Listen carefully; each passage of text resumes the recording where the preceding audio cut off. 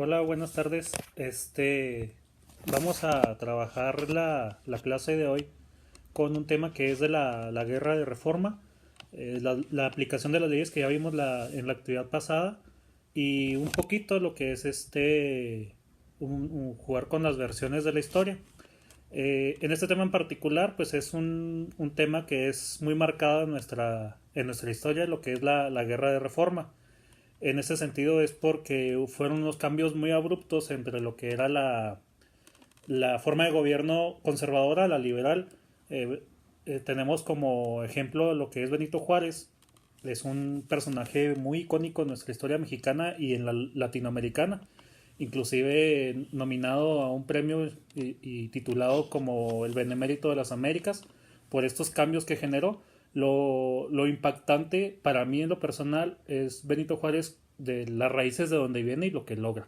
¿Por qué? Porque es un indígena que nosotros tenemos, bueno, o la gran mayoría tiene catalogado a los indígenas como gente no muy destacada y en este caso se ve que las ganas y el interés de cualquier persona, sea mestiza, indígena o otro tipo de raza, quien sea, está en sus ganas.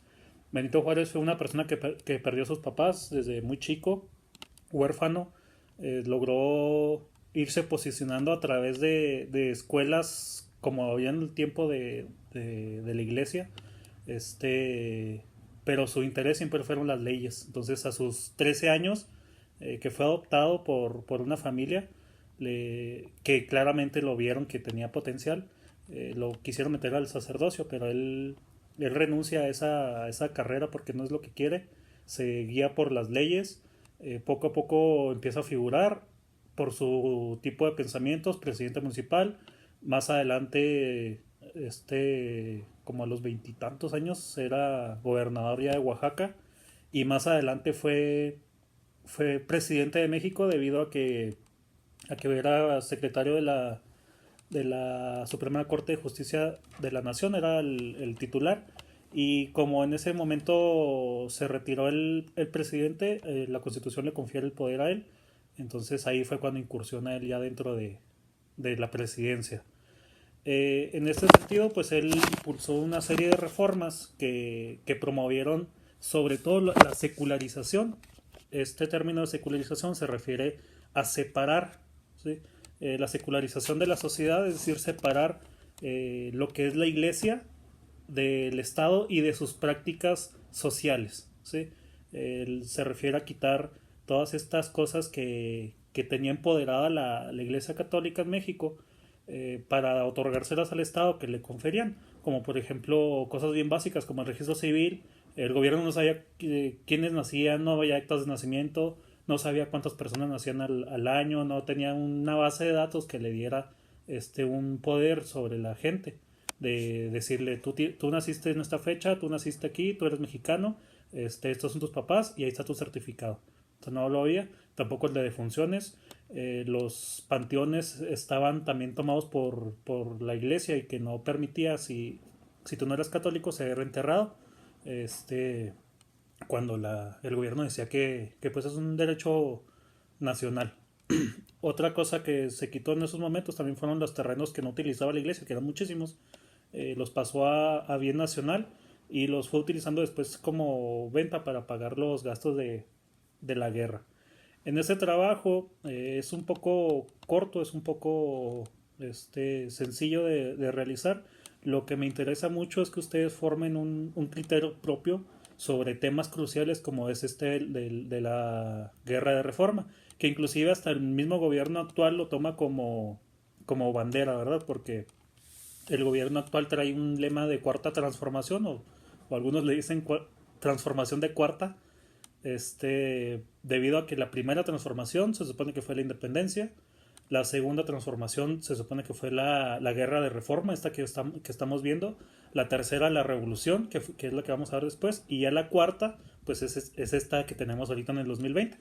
Cada quien tendrá sus opiniones, pero así es como lo toman y lo vemos a cada rato, lo vemos en eslogans, lo vemos que utilizan la imagen de Benito Juárez, que utilizan la imagen de algunos pues algunos líderes de los movimientos como las que ya vimos de la independencia y ahora en esta ocasión de la Reforma, que utiliza mucho sobre todo Benito Juárez y Lerdo Tejada, por el impacto que generó en la historia mexicana y en la sociedad. Hay distintas versiones sobre este Benito Juárez, si es bueno o malo. Aquí cada quien va a tomar un partido, cada quien va a decir, no, pues fue bueno por esto, fue malo por esto, pero es muy importante que este análisis ustedes lo hagan con base a información, no lo hagan con base a juicios, es decir, sin conocimiento de causa, y que lo hagan pensando como en aquel tiempo, en ese momento se tomaron las decisiones, no como ahorita en el 2020, sino como en el 2000, digo, en el 1830, 1840, 1850 y 60 que fueron aconteciendo todas estas situaciones.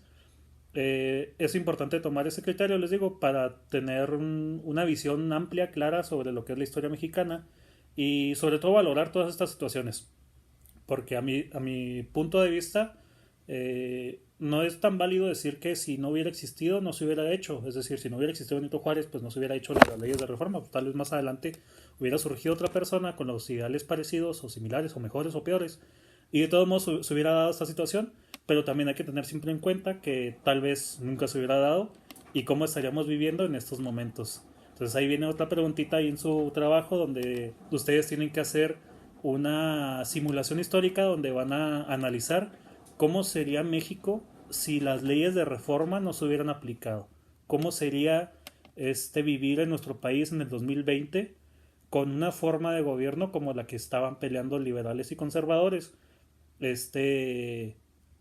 Son cuestiones de crecimiento personal y cultural mexicano el analizar estas situaciones porque son cosas que están arraigadas muy fuertemente en nuestro país, que es